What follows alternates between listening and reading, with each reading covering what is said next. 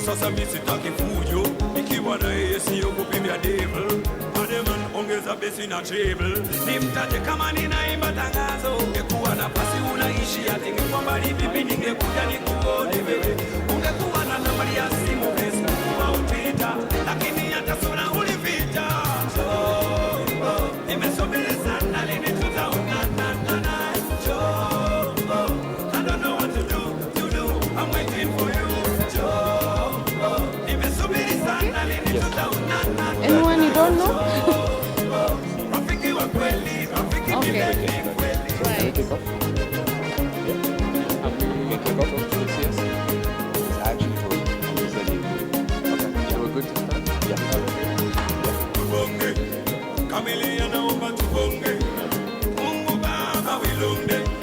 Gospel time now. Joni kupe chochote nataka, hatujakutana mimi nakufuata. Joni kukaribisha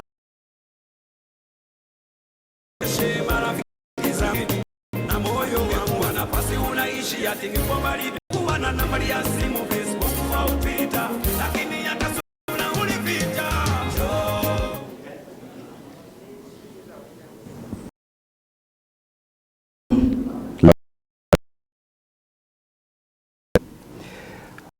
Our guest of honor, Honorable Henry Rotich, Cabinet Secretary, National Treasury, Republic of Kenya, and the Chair of the East African and Economic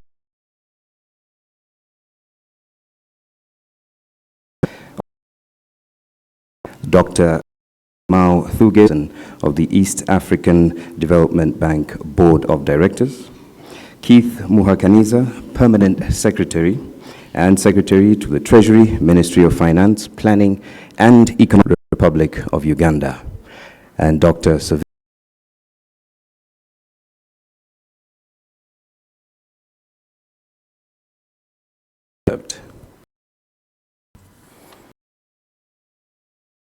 The toilets, the foyer side, both for regulation, we make when I will try to demonstrate in that way, ladies. Now, there are 4 emergency exits in this ballroom, located behind you, 1 to your left, 1 to the center, 1 to the right. Smoking within this ballroom, gentlemen, and I'm aptly ready to place the silent here to launch and indeed managed by the British Council and the Royal College of Physicians. The program intends to train 600 East African physicians over a period of 4 years. The program will focus on early detection, research, and treatment of cancer and neurological disorders in areas where access to qualified professionals remains a challenge.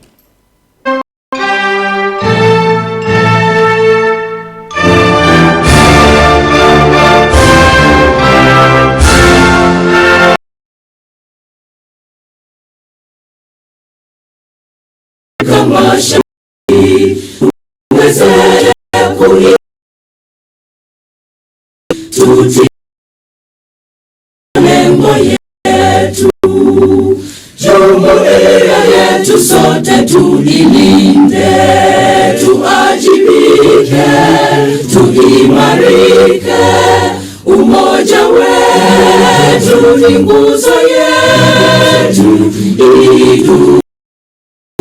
idumu jumuiya yetu. Thank you very much. You may take your seats. My name is Peter Oyer, and I shall work with you this morning to manage our program in a most time-conscious and efficient manner. Without any further ado, I would like to now welcome Mr. Jotham Mutoka, the Country Manager of East African Development Bank, Kenya. Karibu sana.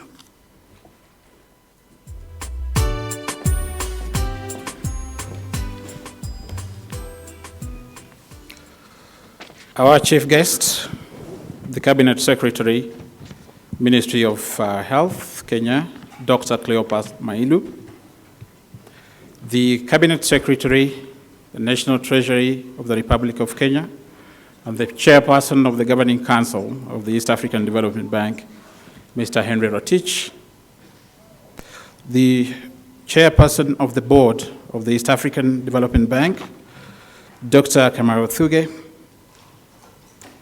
Honorable Ministers, Ministry of Finance, the Republic of Tanzania, representing the Minister of Finance, Dr. Savatius Lukalule,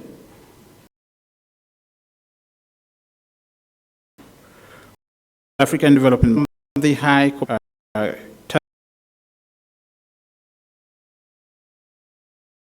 Vivian Yeda, College of Mr. Steve Crump, Acting Director, British Council, Sub-Saharan Africa, Mr. Colin Bangay, physicians, representative of the private sector, development agencies, non-profit organizations. Ladies and gentlemen, all protocols observed, good morning. On behalf of East African Development Bank, I am pleased to welcome all of you to this auspicious occasion for the launch of the East African Development Bank Medical Training and Fellowship Program. We do recognize all the dignitaries who are in the house today to join us, and particularly members of the medical fraternity from the region and all over the world who've been invited for this session today. We are glad to welcome you. It's our pleasure to be with you today as we launch this program. You are all welcome. Thank you.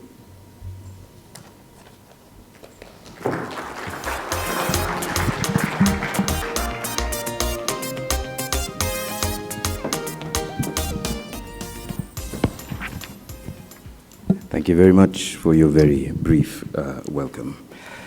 Next, I would like to invite Professor James Joey, the Associate Professor, School of Medicine, Maseno University. He was previously at the Kenyatta National Hospital, then moved to Aga Khan University Hospital in 2008, before joining Maseno University in 2015. Karibu sana.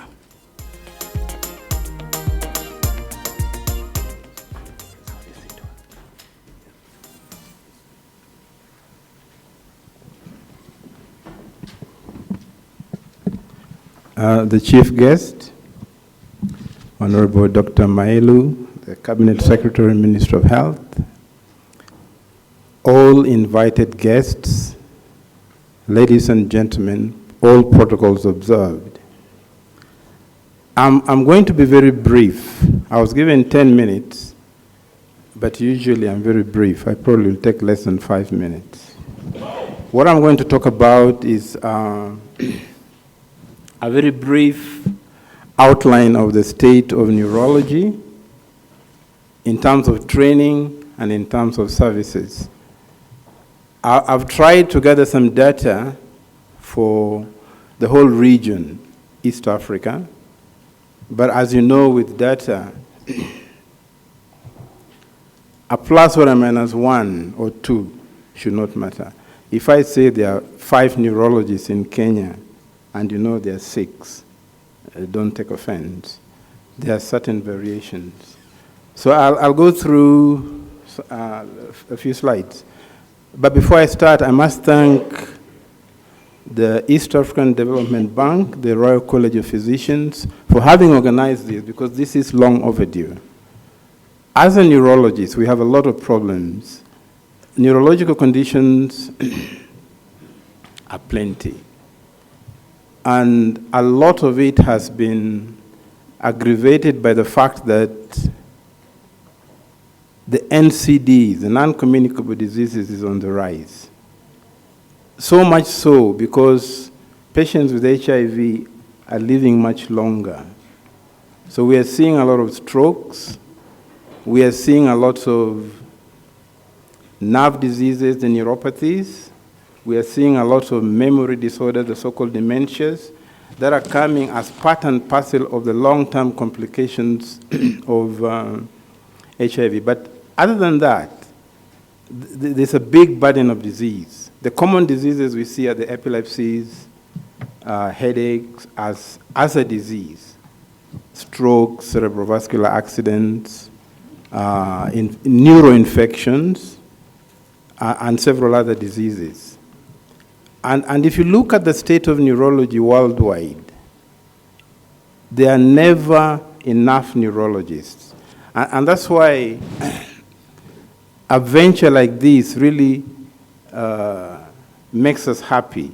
As neurologists, as Kenyans, as East Africans, and basically as physicians, because it is not unusual to have a 1 month or a 2 month waiting period. When you go to see a neurologist, if you've been to a neurologist clinic, sometimes it's like a market.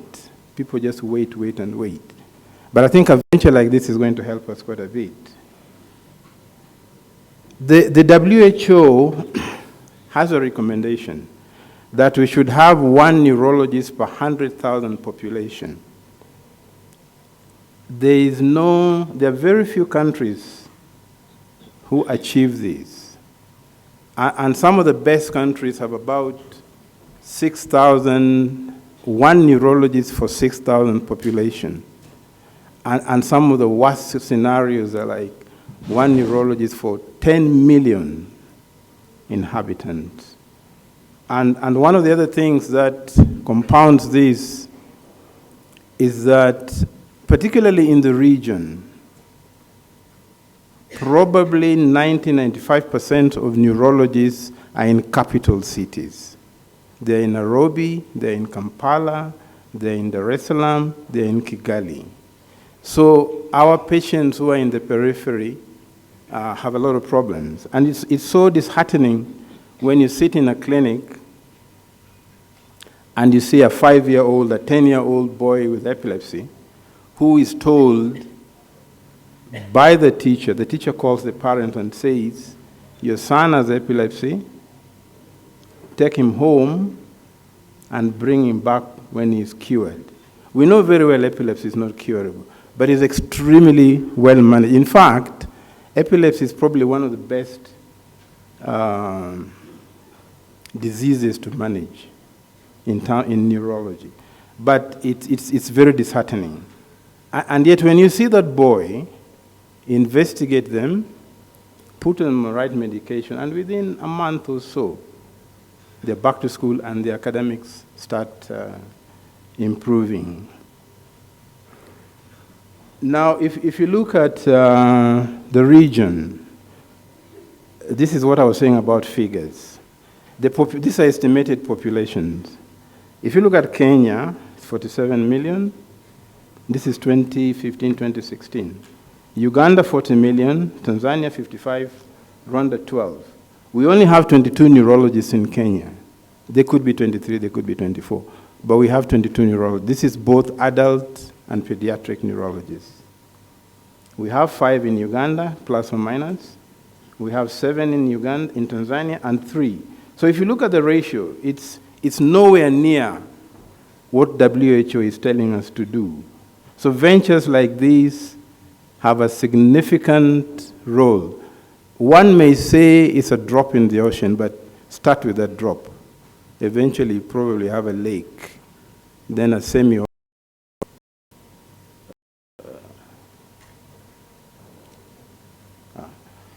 So if you take the if you take the 1 in 100,000, 1 neurologist for 100,000 population, to be too ambitious, and reduce it to 1 in 200,000, you'll see Kenya requires about 235 neurologists today because the population is dynamic. Uganda requires 200. Tanzania requires about 300. I've used the East African data, but I'll use a bit of the Kenya data just to verify what may be happening in the region, because it is very reflective. What we have in Kenya is very reflective of data elsewhere. If we have about 47 million, we have about 8,000 registered doctors, and only about 5,000 are active.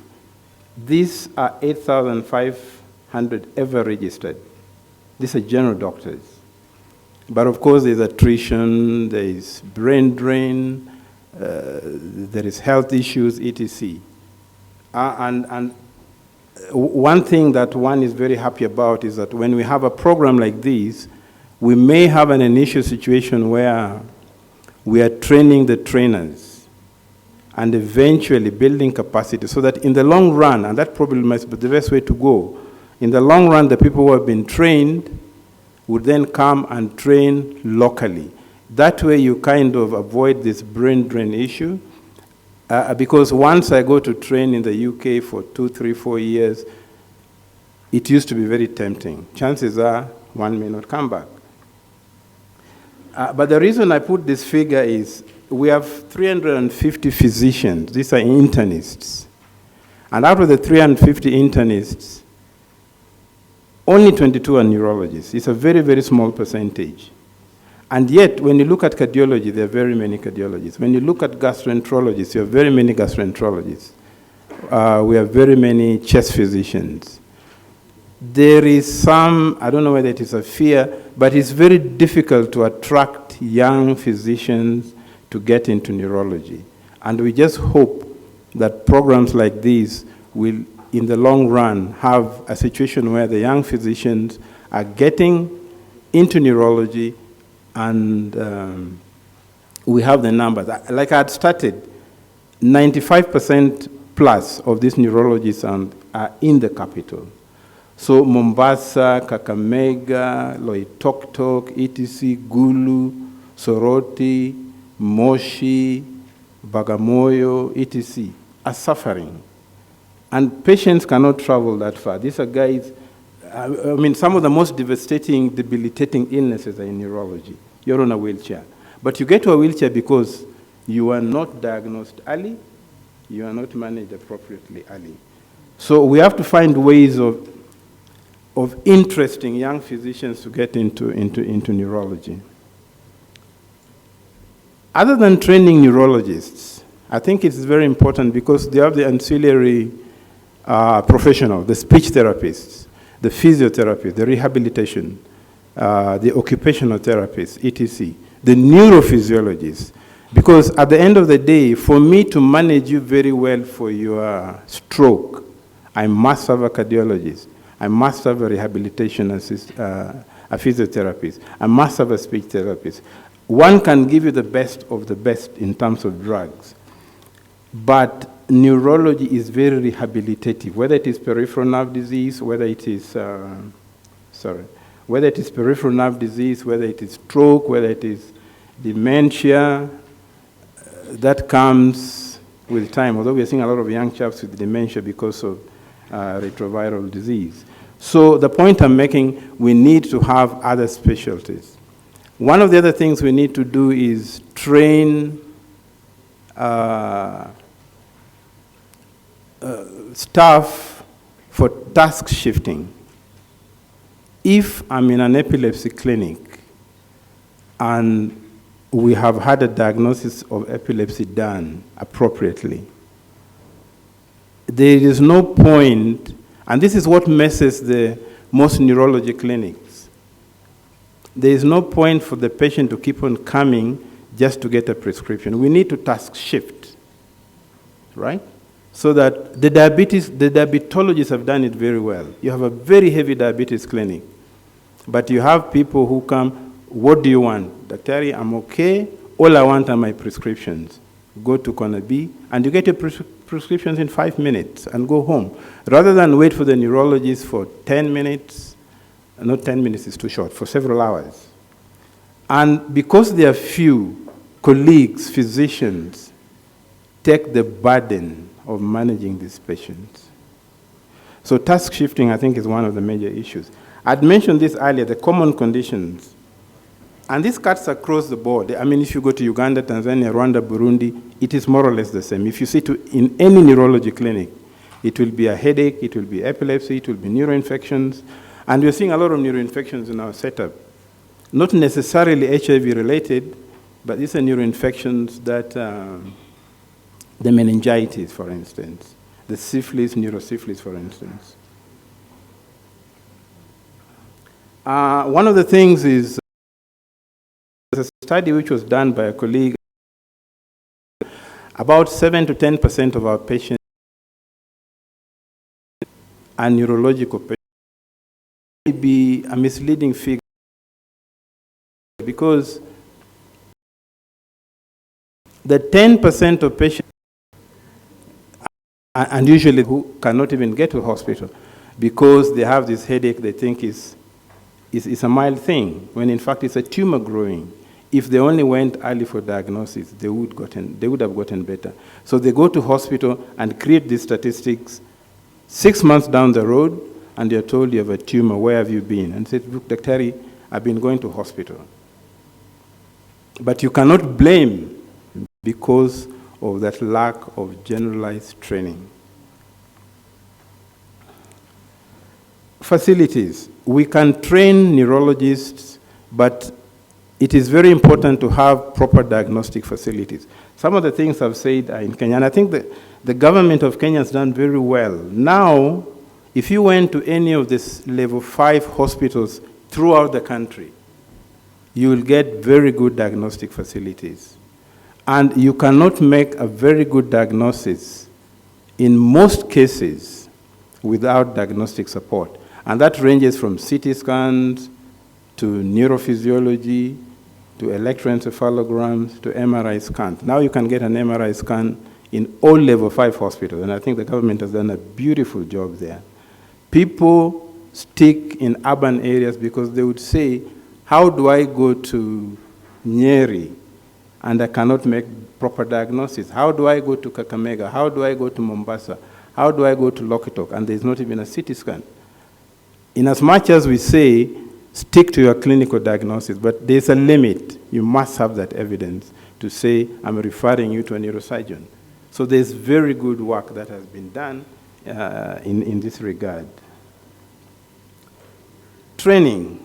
EADB can train and will train, but I think it's very important that we also involve our local institutions.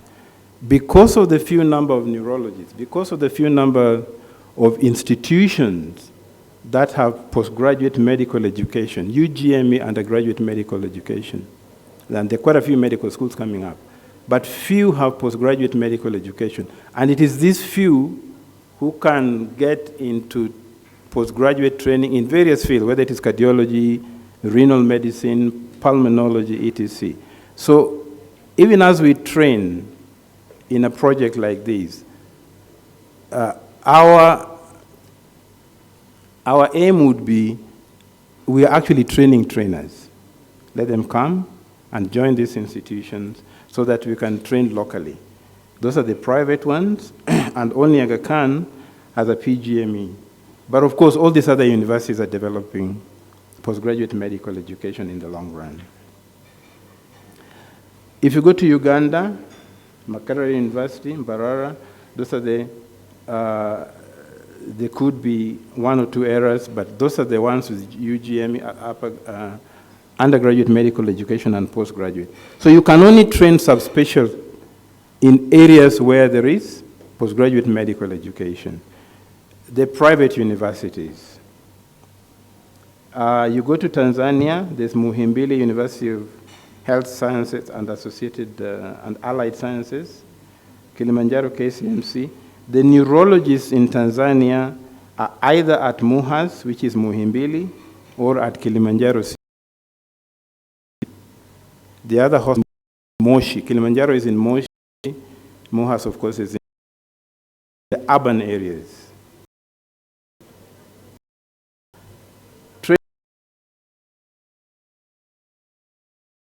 We are very excited about this program. For a long time, it depended on we can get you a scholarship, and you went. But once we start systems like this, there's of course going to be a very deliberate program to train people,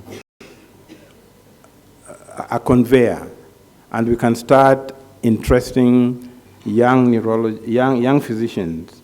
And there are very many training models. If you look at the other models, but now it's 6 years. You finish your and to do specialty.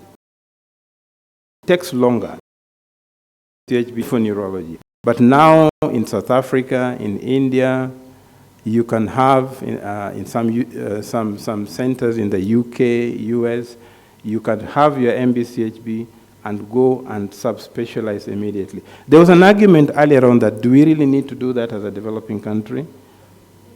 And the argument was, even if I trained as a neurologist from MBCHB 5 or 6, I finished my internship, and I came back, in my clinic, I will not shut the door for everybody else. Chances are I'll be seeing a whole the reduction, so to speak, of subspecialties. Where surgeon.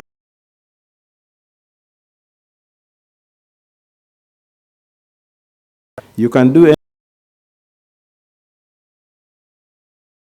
One of the Development Bank and the Royal College of Physicians and the various regions, the only way, but come back and develop systems. So the training I mentioned earlier, for you to do well, not just in neurology, renal medicine, you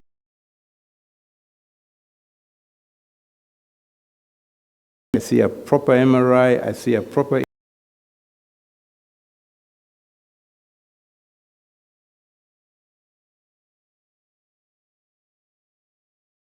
blamed for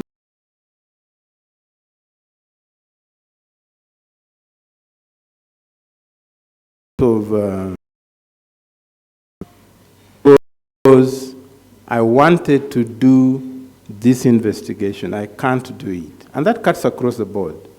So somebody goes across the border only to be told that you have had this for so long and all you needed was this investigation. So in a nutshell, I'm saying, let's develop investigative facilities. If only in certain centers as training sites, just to highlight this to the young doctors and the physicians.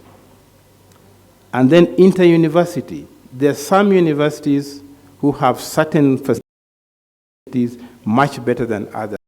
There can be a way,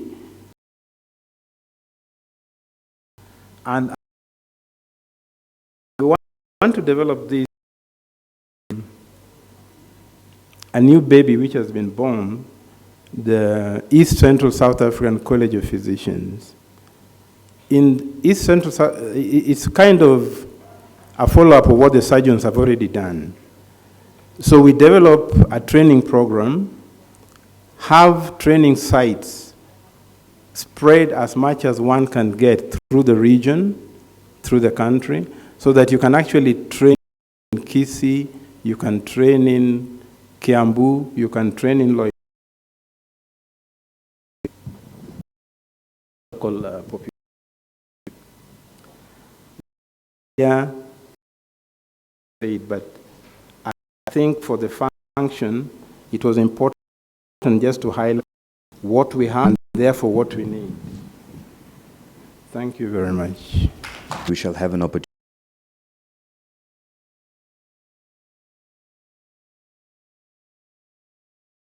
to observe.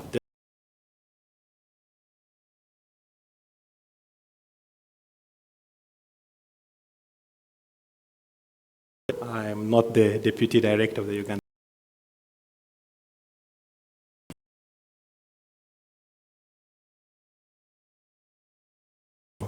And I'm here in as all in East Africa. I do, but practical also go through brief introduction to this talk, epidemiology of structure that's available within the East.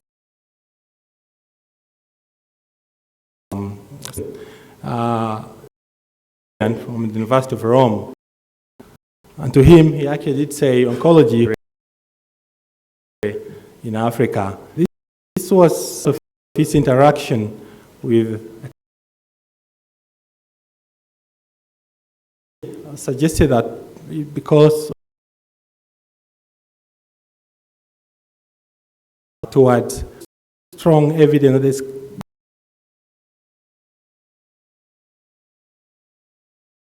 guidance.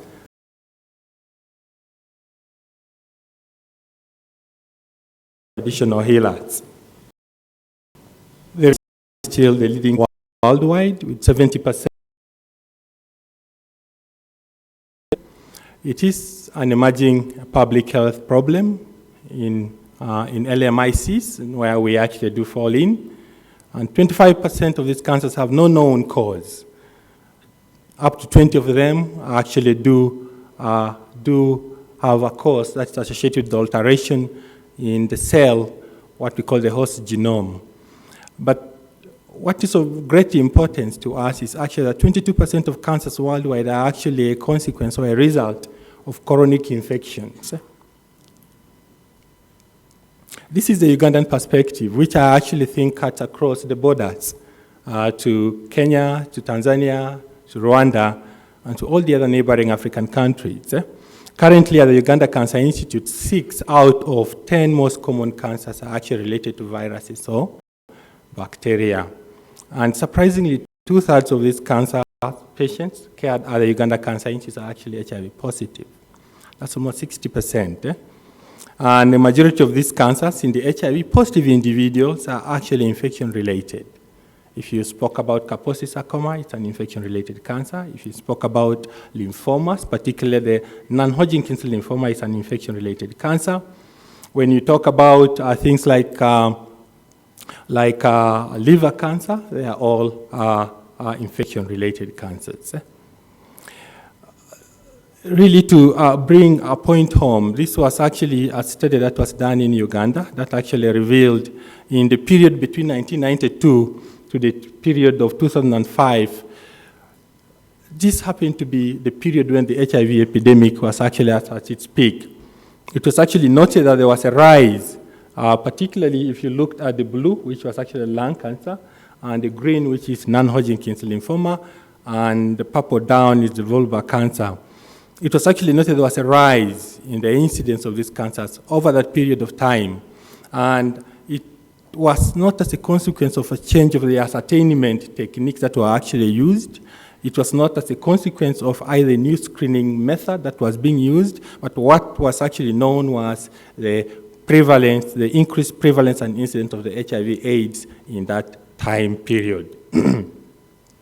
And looking at, some of these particular curves, for researchers, this is quite very interesting. Again, this was some of the study that was actually done in Uganda, showing a rise in some of the most commonly infection-related cancers in the region. Of note was Kaposi sarcoma, which is one of the cancers that is in epidemic proportions among the HIV positive, followed by non-Hodgkin's lymphoma that actually became the AIDS-defining cancer.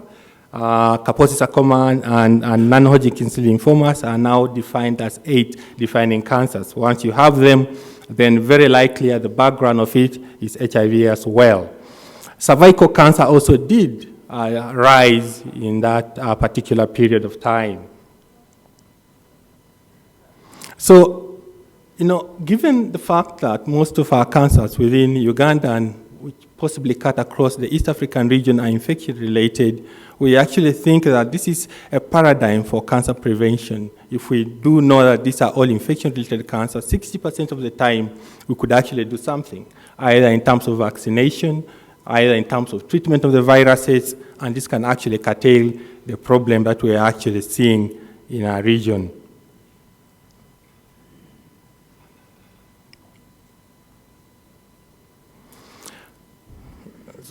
So this is quite a little bit old data from the World Health Organization, looking at a comparison in terms of death between the common infections that we actually struggle daily with. Tuberculosis, HIV, malaria. Tuberculosis kills approximately 1.8 people per year. HIV does close to 3. Malaria does close to 1.5 million people.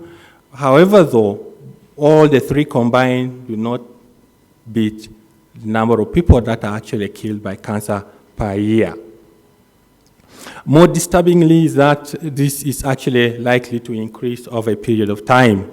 By the year 2000, there were 10 million people dying as a consequence of in countries, which we actually fall into.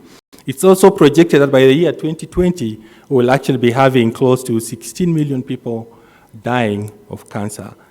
This is a 50% and more disturbingly, that 50% will actually be in the developed world. So quite a little very busy slide, but these are age-adjusted incident rates for most Africa by the year 2008. In particular, in the red, you'll actually see East Africa falls in. You can see the most commonest cancer by the year 2008 in East cancer in the region.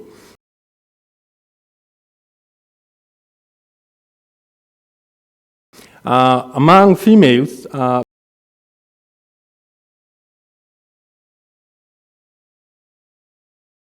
to it is actually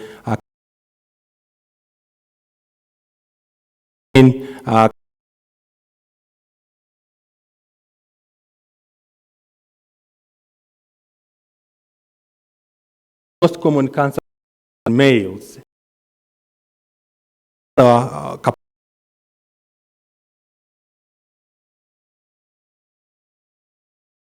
Esophageal cancer.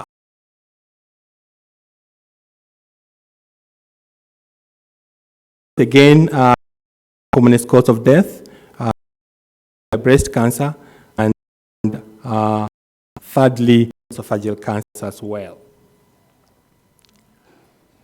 When you contrast all this within the South African region, the North African region, the Middle Africa region, the Eastern African and Western Africa, you actually see that the East African region leads on the rates of incidence of cancer of the cervix. We have the highest rates. In Uganda, for example, the prevalence rates of human papilloma virus among women, if you took 100, is almost 46%. So it's quite a very common virus in our society.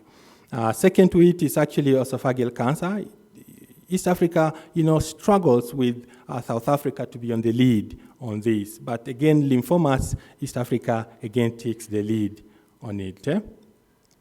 Very disturbing is actually when you look at 100 patients, if you follow them for 5 years and you try to ascertain how many will be alive at the end of 5 years. This particular table demonstrates, what it is like if you have a cancer diagnosis within the East African region using the Uganda story. Why Uganda particular? It is not that I come from Uganda, but Uganda happens to have one among the 5 certified cancer registries in the continent because of it being 90% complete, and its data is very timely as well. So most East African countries do not have population-based registries where you can actually be able to really document and detail cancer rates and cancer causes as well. So they used the Ugandan data and the Gambian data, and it was compared with the American data. Very surprisingly, if you looked at a 5-year survival of patients who are diagnosed with colon or rectum, you will definitely see within Uganda, which I will borrow to really correlate with all East Africa, we will have 8% alive compared to a similar patient in the US will be almost a 62-66% chance of survival. if you look at breast cancer, for example, in Uganda, the survival rate in a 5-year period is 46. If you compare it with the US, it's almost 86%. So we are really doing very badly in terms of survival of our patients as well. Now, the argument is, what could actually be the cause of this? What could be the cause of this? What are the barriers to improved overall survival of cancer patients within the East African region? I would want to tell you that there are quite a lot of factors that are actually associated with very poor outcome of our cancer patients. One of them is, of course, late-stage presentation. Many of our patients present quite very late because of the challenges of the health infrastructure and the challenges of the training, the training mechanisms that we actually use. There is also lack of awareness among many health workers, lack of awareness among many of our patients as well, and this actually causes delay in presentation. We also do not have, very robust screening programs that actually run countrywide. Most of the screening programs are very opportunistic. They are actually either under research settings, they are not in either regional referral hospitals up to the district level hospitals where there are screening mechanisms available. There are also challenges because, as a professor has shared already, most of the cancer units are either in the big hospitals. There are no cancer centers in the periphery. And therefore, patients have got to journey all the way to this cancer center at the city. And challenges of transport and stay within the city are mind-boggling, and many of them can actually not afford to stay in the city. And therefore, there is a lot of loss to follow-up of our patients. And this leads to a lot of poor adherence. And of course, there are also challenges with inconsistent drug supplies. The anti-cancer drugs are very expensive. You may have them for a certain time, and later on they are actually stock out. And sometimes your patients are not all able to afford the anti-cancer drugs. There are also challenges with diagnosis. As you may, from the Ugandan story again, all our histopathology centers are within the city. There is no histopathology center in the periphery. And therefore, a patient has to present, let's say, in Kotido, for example. A biopsy has to be taken by a doctor there. By the time that biopsy makes its way to Kampala for a histopathology review and report by the pathologist, it's almost 2 to 3 weeks. By the time you get that report back in Kotido, it's a month gone by. And therefore, there's quite a lot of delay in diagnosis and eventually delay in referral. And by the time they come, they actually come with late-stage disease. And you cannot possibly do much but expect the worst. So these are some of the barriers that are actually associated with poor or low overall outcomes. Looking at oncology infrastructure in East Africa, I need to mention that reality as a practicing doctor, and practice both within the city and out of the city, the health infrastructure, to be honest, in the whole of East Africa is like that truck. We are so much with HIV, with TB, malaria, with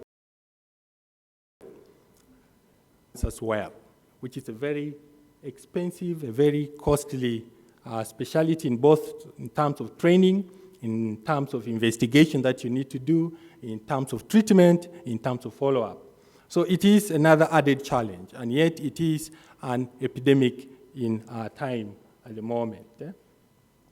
So just looking at the resource constraints across the East African region, if you looked at Tanzania, for example, the gross national income per person in 2005 was $730. Uganda was $1,500. Sorry, I think I didn't get Kenya here. You look at the total health expenditure per person in 2003, $29 in Tanzania, $32 in Rwanda. The government health expenditure per person in 2000, you can definitely see how little this is in order to treat a patient with cancer. So there's quite a lot of impact that is actually attributed to limited socioeconomic development in East Africa. When we talk about the Human Development Index, which literally looks at the income that somebody is able to make, looks at the level of education, looks at the longevity on how long you live to determine, you can actually have a better health infrastructure.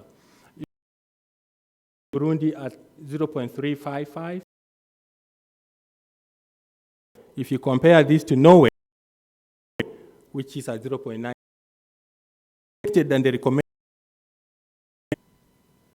This has to do to educated society, to have a well-earning society. This has an impact on your ability even to afford health and also to have good health services provided to you.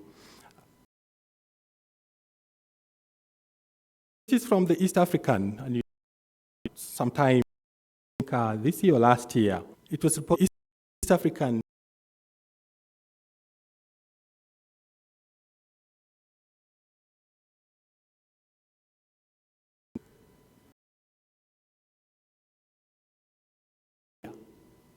it has approximately 40. They can't do much. We have two treatment centers. One